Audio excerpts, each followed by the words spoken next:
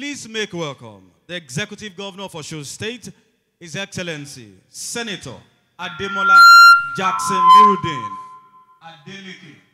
A round of applause for His Excellency as he comes forward to deliver his a ń lọ sí ìpínlẹ̀ Ọ̀ṣun báyìí. Gómìnà ìpínlẹ̀ Ọ̀ṣun, Senator Ademola Adeleke. Ìmọ́lẹ̀ dé. Àwọn ni wọ́n bá wa sọ̀rọ̀ báyìí.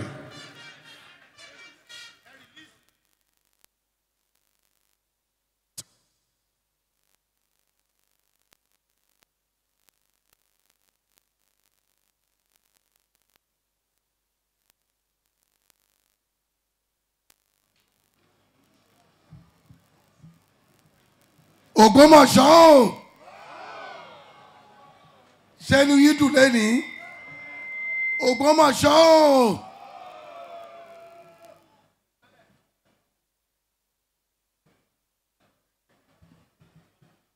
Olúwa mi mo dúpẹ́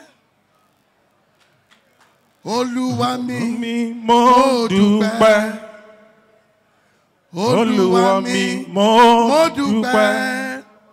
Mo dúpẹ́, mo dúpẹ́, mo dúpẹ́. Sing along with me. Olúwa mi, mo dúpẹ́. Olúwa mi, mo dúpẹ́. Olúwa mi, mo dúpẹ́. Mo dúpẹ́, mo dúpẹ́, mo dúpẹ́. Listen, èmi nìkan ló yẹ. Kò lè yé ẹnìkan kan. Ìdí tí mo fi yìn bàbá. Èmi nìkan ló yẹ. Èmi nìkan ló yẹ. Kò lè yé ẹnìkan kan. Ìdí tí mo fi yìn bàbá. Èmi nìkan ló yẹ. The last one. Ìwọ lọ́lọ́run mi. Ìwọ lẹ̀lẹ́dà mi, ọba àwọn ọba, Olúwa Olúwa, ọba títí láé, kò lè yí padà, èmi ọmọ yìí ọ́, títí ayé mi. Mo ní ìwọ lọ́lọ́run mi, ìwọ lẹ̀lẹ́dà mi, ọba àwọn ọba, Olúwa Olúwa, ọba títí láé, kò lè yí padà, èmi ọmọ yìí ọ́. Listen, èló ni mo san. Fọ́pọ̀ ògo, èló ni Jésù mi gbà. Èló ni mo san. Fọ́pọ̀ ògo, oore rẹ̀ lórí mi. Listen, I have a God who never fail. I have a God who never fail. I have a God who never fail. Who never fail? Jesus never fails forevermore. I have a God. I have a God who never fails. I have a God who never fails. I have a God who never fails. Who never fails. Jesus never fails forevermore. On the mountain, in the valley, on the land, in the sea, on the mountain, in the valley, on the land, in the sea. Hallelujah. The Lord is my portion in the land of the living. The Lord is good forevermore.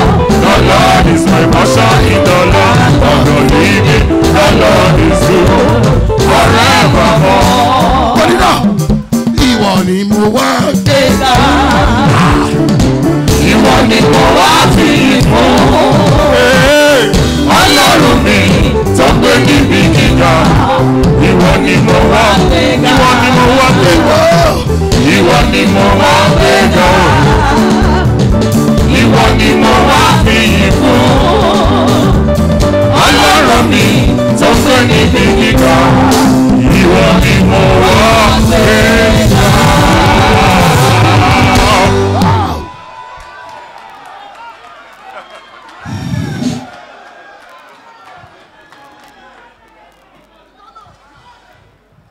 Somebody shout hallelujah. Ekolong Tobi Loba. Woo! It's beautiful to praise God all the time. The former Vice President of the Federal Republic of Nigeria, my good Egbon, Professor Yemi Oshiba, it's good to see you again.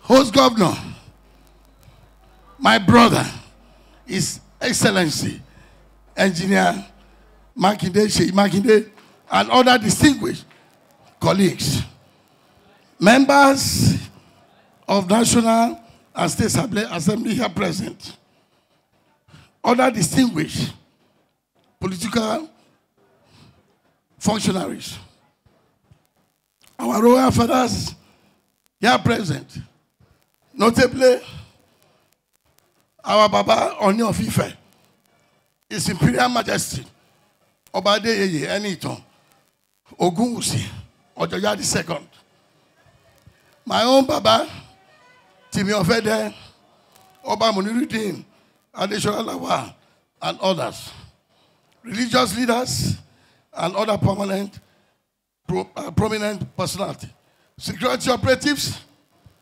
gentlemen of the press, ladies and gentlemen. I am elated to attend this coronation. I brought good message of the government and people of Osun State to the Kabiyesi, Ọba Ṣọ̀ún of Ògbómọ̀ṣọ́, Ọba Ghandi Afọlábí Ọláoyè. I also bring warm goodwill of my family, especially my big brother, Dr. Adeleke. Kabiyesi, warm congratulations. Wishing you peaceful reign. I pray for long life and prosperity. Ade agbe lórí o, Ìbàdàn bàtà agbe lẹ́sẹ̀. Ká ẹsẹ̀ Kabiyesi o. I love you all, Ògbómọ̀ṣọ́.